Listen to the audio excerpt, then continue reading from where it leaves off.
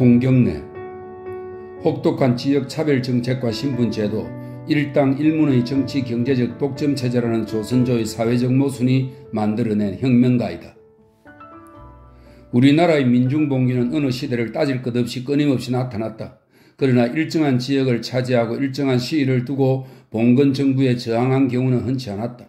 그런 중에서도 19세기 초에 나타난 홍경래가 주도한 평안도 일대 곧 관서지방의 민중봉기는 손꼽을 만한 역사적 사건이었다. 그러면 홍경래는 어떤 동기와 현실 조건에서 민중봉기를 주도했던가? 그리고 그 참가 계층은 어떻게 구성되었으며 그 봉기의 확대 및 영향은 어떤 것이었는가?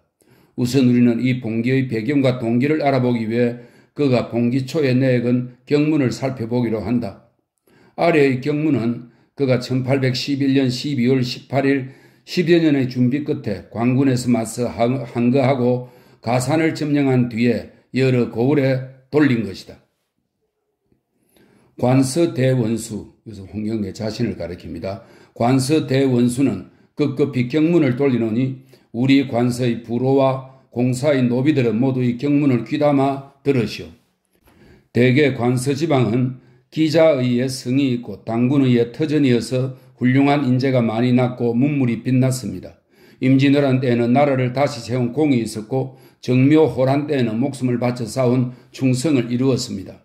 그래야 저 도남 선우협, 이 도남 선우협은 조선시대의 평양 출신 성리학자로 관서공자라 일컬음을 받은 분이라고 합니다. 저 도남 선우협의 학문과 월포 홍경의 제주도 서쪽 땅에서 났는데도 조정에서 서쪽 땅 버리기를 똥무더기 치우듯 하고 있습니다. 심지어 권세 있는 집 노비들조차 서쪽 사람을 보면 반드시 평안도 놈이라고 부릅니다. 그 서쪽 사람이 된자 어찌 원통 억울하지 않겠사옵니까? 나라에 급한 일이 있으면 반드시 서쪽 땅의 힘을 빌리고 또 과거볼 적에는 서쪽 땅의 거를 빌렸으니 400년 동안 서쪽 사람들이 조정에 무엇을 던졌습니까? 지금 어린 왕이 위에 있고 척족 세력이 기승을 부려서 김모, 박모 같은 무리가 나라의 권세를 쥐고 흔들어서 하늘이 재앙을 내려 겨울에 우레와 지진이 일고 살별이 나타나고 폭풍과 우박이 해마다 일어나지 않는 해가 없습니다. 이로 말미암아 큰 흉년이 들지 않았는데도 줄이어 죽는 자가 길에 널려 있고 늙은이와 어린이의 시체가 산 골짜기를 메웠습니다. 남은 생민이 모두 쇠잔에 이리저리 떠돌고 있습니다. 위에 인용한 것이 봉기의 사정을 밝힌 대목이다. 이 내용은 세 가지로 요약할 수 있겠다. 첫째는 서북지방에 대한 조정의 차별 정책을 말했다. 나라에 일이 있을 적에는 언제나 이들을 동원 이용하면서 이들에게 벼슬길을 터주지 아니했다. 이 차별 정책은 조선조 초에 시작되어 18세기 이후에는 더욱 엄격하게 시행되었다. 이것이 법제화된 것은 아닌데도 관례 또는 불문율로 시행되어 왔던 것이다. 둘째, 당시 노론계열인 안동 김씨 세도 정치에 의해 일문 일당이 온갖 권력을 독점하고 있는 정치 현실을 지적한 것이다. 위의 경문에서 안동 김씨의 우두머리 김조순과 이에 빌붙어 있는 박종경을 그 지탄의 대상으로 지적했다. 설명입니다. 위의 경문에서 김모, 박모라고 표기한 것은 옮겨 적으면서 고의로 이름을 쓰지 않은 것으로 보인다. 이런 설명입니다. 이들 세력은 권력과 이권을 독점하고 매관매직으로 온갖 부정을 저질러 토지의 겸병과 상권의 독점을 기하고 있었다. 그리하여 나라의 재정은 이들 손아귀에서 놀아났고 빈부의 격차는 심화되었다. 셋째, 이런 현실에서 가혹한 조세와 숙탈로 인해 민생이 도탄에 처해 있음을 말한 것이다. 특히 봉기하던 해에 함경도에 큰 흉년이 들었는데도 나라에서 곡식을 팔 때에 현지 관리들과 짠 서울의 대행업자는 높은 값을 매겨 강제로 팔았다. 이런 세 가지 문제가 봉기의 동기라고 우리는 일단 분석할 수가 있겠다. 그리하여 홍경래는 구원자로서 홍의도에 있는 정진인, 이것은 정감록의 정시를 빙자한 듯 하다는 설명이 있습니다. 정진인을 받들고 구민 의기를 들었다고 하였다. 이에 모든 수령들과 노비까지 여기에 참여할 것을 경문에서 호소하고 있는 것이다. 이 경문의 내용은 적어도 구민의 그 목표를 두고 관서지방의 모든 계층이 참여하여 전역량을 집결하자는 의지가 깔려 있는 것이다. 홍경래는 용강 출신으로 남양홍씨였다. 남양홍씨라면 그가 살던 조금 전 시기까지도 조정에서 세도를 부리던 척족 세력의 하나였다. 곧 영조시대 벽파로 득세하던 홍인환 등이 있었던 것이다. 그러나 그의 집안이 서울의 홍씨와 어떤 촌수인지는 모르겠으나 별로 끈이 닿지는 않은 듯하다. 그러나 그는 적어도 과거볼 신분은 되었다. 그의 아버지는 진사라 했으나 어떻게 진사를 얻었는지는 모르겠지만 아무튼 그는 어릴 때부터 외숙인 유학군에게서 글을 배웠다. 그런 끝에 뜻을 품고 서울에 와 과거에 응시했다. 이곳 출신들이 비록 등용은 되지 않았으나 문과는 진사, 무과는 출신은 무과의 합격자를 말합니다. 출신이라도 되기 위해 과거 보는 일은 종종 있었던 것이다. 그리고 그는 몇 차례 과거를 보았지만 번번이 낙방했고 더욱이 그보다 형편없는 글재주와 학식을 가진 남쪽 출신들이 합격하는 모습을 목격했다. 20대의 그는 차별과 부정을 눈으로 보고 피부로 접했던 것이다. 그는 과거 합격을 단념했다. 그리고 그는 절로 산으로 떠돌며 유랑 생활을 했다. 그는 술수를 익히기도 하고 풍수를 배워 지사 노릇을 하기도 했다. 이렇게 떠돌이 생활을 하는 중에 박천의 청룡사에서 그보다 5살 아래로 서자 출신인 우군칙을 만났다. 이 만남이야말로 큰 의미를 지니는 것이었다. 두 청년은 의기투합하여 현실의 비리를 토론하고 돌아가는 시국을 논했다. 그러던 중에 여진 땅에서 마적을 지휘하던 정민 씨를 만나게 된다. 이때부터 어떤 변란을 모의하고 군사 문제 등에 관해서 서로 관심을 갖게 된 것으로 보인다. 홍경래나 우군칙은 모두 키가 작고 용력이 뛰어났다고 한다. 특히 홍경래는 새끼줄을 3발쯤 높게 쳐들고 그 위를 뛰어넘었다고 한다. 뿐만 아니라 그는 날새서 걸음을 잘 걸었다고 한다. 이 두 사람은 차력술, 축지법을 동원하고 풍수장애로 자처하면서 사람들을 끌어모았다. 홍경래는 훈장 등 주로 지식청, 우군측은 주로 상인들을 포섭하였다. 그리하여 가산의 이희저, 영로 출신으로 무과에 합격한 부호입니다. 곽산의 홍총각, 힘센 장사라고 합니다. 곽산의 김창시, 소과에 합격한 인물입니다. 태천의 김사용, 저명 인사로 모사라고 합니다. 등을 끌어모았다. 홍경래는 때로는 인삼장사로 가장하여 이곳저곳을 돌아다녔고 우군측은 그 수하로 이희저 아버지의 묘자리를 보아주며 당대에 귀하게 될 터라고 꼬였다. 이들은 이희저를 끌어들이자 이희저가 사는 가산 박천 사이에 있는 다복동을 근거지로 삼았다. 그리고 본격적으로 준비를 서둘렀다. 홍경래는 다복동에 있으면서 때로는 산에 올라가 천문을 보고 세상을 점치기도 하고 때로는 장터에 나타나 신사라고 하면서 인심을 성동했다. 다복동 앞에 있는 진두는 대정강의 중류에 있는 삼각조의 나루로 양쪽으로 큰 길이 뻗쳐 있었다. 이곳은 상류의 태천, 운산의 물화가 와 닿는 곳이다. 이 나루를 통해 분지인 다복동으로 들어오면 깜짝같이 숨을 수 있는 곳이다. 그래서 이 두 곳을 그들의 거점으로 정했다. 홍경래는 준비 초기에 서울의 유력자 김재찬을 찾아갔다. 김재찬은 한때 평안도 관찰사를 지낸 적도 있고 또 재령에 유배된 적도 있는 인물로 당시 좌의정을 지낸 고관이나 안동 김씨에게 불만을 지니고 있는 처지였다. 홍경래가 김재찬을 어떤 경로로 알게 되었는지는 모르겠으나 김재찬이 그의 인물됨을 알아주고 있었던 것만은 사실인 것 같다. 홍경래는 기왕에 벼슬할 수는 없으니 장사 미천을 떼달라고 부탁했다. 이에 김재찬은 평안 감령에 보내는 편지를 써주었다. 홍경래는 이 편지를 들고 평안 감령에서 공납금 2,000냥을 차용했다. 이 돈은 그 사이에 있어 귀중한 자금이 되었던 것이다. 뿐만 아니라 부상들을 협조자로 점찍어 물색했다. 그리하여 의주의 인삼상인 임상옥과도 연결이 되었다. 또 정주의 부호 김약하의 적극적 호응도 다짐받았다. 이어 송상에게도 손을 뻗쳤다. 이들 부호가 얼마만큼의 자금을 뗐는지는 확실치 않으나 상당한 협조를 아끼지 않았던 것만은 관계 기록을 보아 확인된다.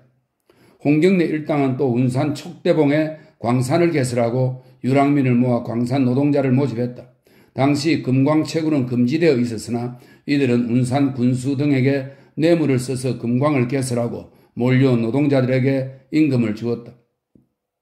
이들은 또 추도에 염전을 개설하여 수하의 노동자들을 투입하여 거점 또는 자금을 염출하는 수단으로 삼았다. 또 추도에 굴을 파놓고 그 속에서 돈을 위조하여 찍어내 자금으로 삼기도 했다. 한편 활을 잘 쏘는 자, 총 잘 쏘는 자들을 모으고 각 고을의 구시라치들을 내통하여 대응 세력으로 키우며 관가의 정보를 빼냈다. 진중 일기에 다음과 같은 기록이 있다. 의주에서 개성까지 부호, 대상들이 거의 그들 무리에 가담했으며 황해도, 평안도 두 도의 파라코들과 무레배들이 모두 그들의 하수인이 되었고 뜨도리와 줄인 백성들이 또한 많이 투속했다. 그들은 서울에까지 염탐꾼을 박아놓고 정보를 입수했다. 또 순조실록 제15권에 보면 이런 기록도 있다. 유한수는 본래 영유 땅 사람인데 경향에 출입하면서 하는 짓이나 행동이 무례해 혹 중들 속의 자취를 감추기도 하고 혹 향리라고 거짓 핑계대기도 하다가 간사한 형상이 탄로나서 백령도에 충군되었다. 이 충군은 귀양의 일종으로 일정 기간 군대의 일에 복무하는 것을 말합니다. 거기서 풀려나서는 적괴 김사룡을 영유 땅에서 만나 역적 모의를 서로 어우러져 수작하고서 그의 종용을 받았다. 김사룡의 자금을 받아서 서울에 잠입하여 사람을 속여 아내를 얻고 도덕의 하수인이 되어 사정을 남몰래 정탐했다. 혹 방문을 남대문 돌기둥에 붙이기도 하고 혹 옛 장위영 대문에 선동하는 글을 붙이기도 하여 민심을 선동하는 계책으로 삼았다. 또 광군의 소식을 염탐하여 선천의 도덕 소굴에 전해주고 다시 김사룡의 지시를 받아 두 번째 서울 근방에 들어와서 궁성에 출몰했다. 이들은 궁극적으로 서울로 쳐들어올 계획이었기에 서울의 소식은 물론 서울의 민심을 충동질하고 있기로 했던 것이다. 또 그들은 자금이 닿는 대로 백감, 호피, 철, 대나무를 사들였고 각지에서 만들거나 입수한 칼, 창, 조총 그리고 갖가지 색의 깃발을 다복동으로 실어 날랐다. 한편 일이 진척되어 가자 금광 노동자를 모집한다는 핑계로 장정들을 모아들였다. 그들은 장정들에게 구덩이를 파놓고 뛰어 건너게 하여 그 힘을 시험하고 새끼줄을 높게 매놓고 뛰어넘게 하여 그 날램을 견주어서 여기에 뽑히면 돈과 옷감을 주어 그 무리에 들게 했다. 이렇게 해서 10명이 차면 표지를 나누어 주어 각 고을로 잠입케 하여 거병할 때 내응하라고 일러주었다. 또 김창씨로 하여금 민심을 선동하여 요언을 퍼뜨리게 하였다. 18글자로 된 이 요언이 백성들에게 떠돌자 백성들은 이것을 놓고 이리 궁리 저리 궁리해서 풀어낸다. 그러면 홍경래 일당은 슬쩍 자신들의 목적대로 풀어준다. 결국 그 뜻은 1812년 순조 12년 임신년에 거병이 있다는 뜻이었다. 그래야 평안도, 황해도 그리고 함경도 일대의 민심은 요동을 쳤다.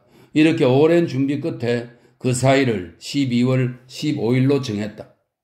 이들은 첫 목표로 평양 대동관에다 밤에 불을 지르기로 했다. 불을 끄느라고 법석을 뜰 때에 내응 세력의 호응을 얻어 밤중에 평양성을 차지한다는 계획이었다.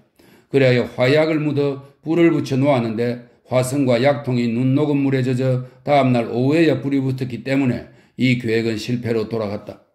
12월 18일 이들은 마침내 전면적 봉기를 단행했다. 이들은 다복동을 시발로 남진과 북진 2대로 나누어 봉기했던 것이다. 그 주요 부서와 연루자는 아래와 같다. 쭉 홍경래 조직의 주요 인물과 신분, 출신지와 그 역할들이 표로 만들어져 있습니다. 이 표는 행동부대와 참모 그리고 자금책 등을 위주로 작성했으나 각 군의 내응 세력 또한 규모가 컸던 것이다. 이들은 홍경래를 남진, 김사룡을 북진으로 나누어 남진군은 가산을, 북진군은 곽산을 맨 먼저 들이쳐서 함락했다. 이때 도은수 앞에는 구민의기를 내걸었고 우군 측은 제갈량을 흉내내어 학창의를 입고 부채를 손에 들었다고 한다. 또 군졸들에게는 검은 옷을 입히고 푸른 수건, 검은 옷은 푸른 옷이라는 설도 있고 푸른 수건은 붉은 수건이라는 설도 있습니다. 푸른 수건을 머리에 똥이게 하였다고 한다. 이렇게 거병하자 곳곳의 향리들이 호응하여 관할을 속속 접수했다. 그러나 남진군은 서울로의 진격을 서두르는 동안 광군의 반격을 받아 정주성으로 퇴각하여 버티다가 5개월 만에 성이 함락되어 실패하고 말았다. 그러나 봉기군은 4개월 동안 평안도 일대의 각 고을을 거의 접수해서 행정권을 발동했으며 자기들 손으로 새로운 수령을 임명하기도 했다. 뿐만 아니라 관곡을 기민들에게 나누어 주었고 농민층을 광범위하게 흡수했다. 위의 가담자의 명단에서 보이는 대로 각 사회 계층을 망라했고 자금, 무기, 훈련, 정보 그리고 심리전까지 동원하여 만전을 기했다. 그런데도 왜 실패했을까? 이것은 일단 힘의 분산을 가져왔다는 점을 지적할 수 있을 것이다. 북진군은 뒤의 적들을 분시한다는 전술이 있겠으나 일단 총력으로 서울로의 진격을 도모했어야 옳았을 것이다. 이것은 전술적인 차질이었다고 말할 수 있을 것이다. 다음은 홍경래가 거병하고서 자신은 부경이라고 표방하고 남인, 남쪽 사람을 말합니다. 남인을 도륙낸다고 주장했다. 이것은 일단 서북지방의 인심을 충동했겠으나 서울 이하의 인사들에게 강한 적대감을 불러일으킨 것이다. 이런 전술적 전략적 차질은 오랜 준비, 치밀한 계획에도 불구하고 실패를 가져오는 원인이 되었던 것이다. 그가 정주성에서 버티면서 호병의 내원군이 온다고 말한 것은 봉기군을 단결시키기 위한 전술인지는 몰라도 나중에 이 내원이 없었던 것 또한 봉기의 과정에서 하나의 차질이었다고 볼 수 있겠다. 아무튼 조선 후기에 들어와 가장 큰 규모로 이루어진 홍경래 중심의 봉기는 일단 끝을 맺었다. 이때 김재찬은 평양 감령에 보낸 편지를 재빨리 불살라버렸고 선천 부사 김익순은 봉기군에 끌려가서 벼슬을 받고 목숨을 부지했다. 김익순이 김삿갓의 할아버지입니다. 또 운산 군수 한 상묵은 금광체구를 막지 못했다고 맨 먼저 파면을 당했고 함경 감사 조덕윤도 광곡을 높은 값을 받고 팔아 백성의 원성을 샀다고 또한 파면당했다. 뿐만 아니라 해주에서는 봉기군에 호응하여 난을 일으켰고 남쪽의 양반들은 피난 보따리를 싸기에 바빴다. 이만큼 이 봉기는 온 조정과 나라를 휘저었던 것이다. 홍경래가 죽고 난 뒤 그는 민중의 영웅이 되었다. 그리하여 봉기꾼들은 홍경래의 봉기 계획을 본받기도 하고 홍경래가 죽지 않고 살아있으면서 그네들의 봉기를 도우려 온다고 퍼뜨리기도 했다. 그 사례 몇 가지를 들면 다음과 같다. 홍경래가 한창 평안도를 석권하고 있을 때 해주에서는 농민, 천민들이 난을 일으켜 홍경래에 호응했고 황주에서는 뱃사람들이 양반 집을 불태우며 난동을 부렸다. 서울에서는 일단의 평민들이 작당하여 봉기를 선동하면서 조정이 홍경래에 쫓겨 공주나 안동으로 피난 갈 것이다. 성내의 포수 300여 명과 함께 봉기하면 내응이 있을 것이요. 광주, 분원의 군사가 돕고 전라도 관찰사가 떠오르 온다 하거나 이조의 운수는 400년이다. 중인 서울들이 양반을 죽이고 궁중의 일꾼들이 들고 일어난다 하는 말들이 골골에 떠돌았다. 1813년 12월에 제주도에서는 풍헌인 양재해가 제주도민을 끌어모아 변란을 일으키면서 홍경래의 거병에 용기를 얻고 그 계획을 모방했다. 또 1817년 4월에는 전주를 중심으로 한 변란 계획이 탄로났다. 그런데 이들은 동조자를 모으면서 홍경래가 죽지 않고 도망가 살아있는데 배를 타고 와서 도와준다고 선동했다. 1826년 5월에 청주의 감령과 북문에는 불온 문수가 걸려있어 이를 수색한 끝에 변란 모의자들을 잡아들였는데 이들 또한 홍경래가 살아있으면서 도우러 온다고 동조자들을 설득했다. 위의 것들은 모두 순조 실록에 나오는 것 중에서 몇 가지 예에 지나지 않는 것이다. 실제에 있어서 홍경래는 홍길동, 임꺽정과 함께 새로운 영웅으로 민중들에게 부각되었던 것이다. 그러면 홍경래와 같은 혁명가가 왜 태어났는가? 이것은 위의 경문에서 보이는 대로 조선조의 정치 사회적 모순의 풍토가 만들어낸 것이다. 혹독한 지역 차별 정책은 서북지방에서 400년 동안 이루어졌고 후기에 와서는 17세기 이후 호남 그리고 18세기 이후 영남지방까지 확대되었던 것이다. 그리고 소위 신분제도로 평민 이하의 사회계층은 벼슬자리뿐만 아니라 온갖 권리를 박탈당했다. 이들은 능력이 아무리 뛰어나더라도 사회의 밑바닥에서 목숨을 부지해야 했다. 여기에 일당 일문의 정치 경제적 독점 체제로 말미암아 빈부의 격차가 심화되고 관리의 부정부패로 인해 농민들은 최소한의 생존권까지 누리지 못했던 것이다. 이런 현실적 사회 조건에서 19세기에 들어와 잔반 중인층을 중심으로 민중들은 자기의 처지를 자각하게 되었던 것이며 이 자각이 곧 잦은 변란으로 연결되었던 것이다. 오늘날 우리는 분단의 비극을 안고 있다. 이 분단이 일제 식민 통치와 그 후의 국제 역학에서 배태된 것이기는 하나 그 역사적 배경은 이미 조선조의 차별정책에서 나왔음을 우리는 홍경래의 행적에서도 읽을 수가 있겠다. 그러면 지금은 이런 차별정책이 없는가? 호남에 대한 소외의 얘기는 무엇을 뜻하는가? 그리고 조선조의 신분제도와 그 모양은 달리하고 있으나 본질적 구조는 맥을 같이 하는 학연, 혈연에 의해 결정되는 사회적 지위의 불일치는 별로 달라진 것이 없는 현실이다. 또 척족 등 일당 일문의 독점 체제도 그 방법상 차이가 날 뿐 오늘의 현실의 대입에도 생각해볼 문제점이 적지 않다. 또 관리의 부정부패를 통한 민중에 대한 가르치 또한 그 구체적 내용은 상이할지라도 끊임없이 제기되고 있는 문제이다. 홍경래는 시대의 산물이다. 그런 시대가 그런 사람을 낳은 것이다. 오늘날 그를 다시 음미해보는 뜻이 바로 이런 데에 있는 것이다.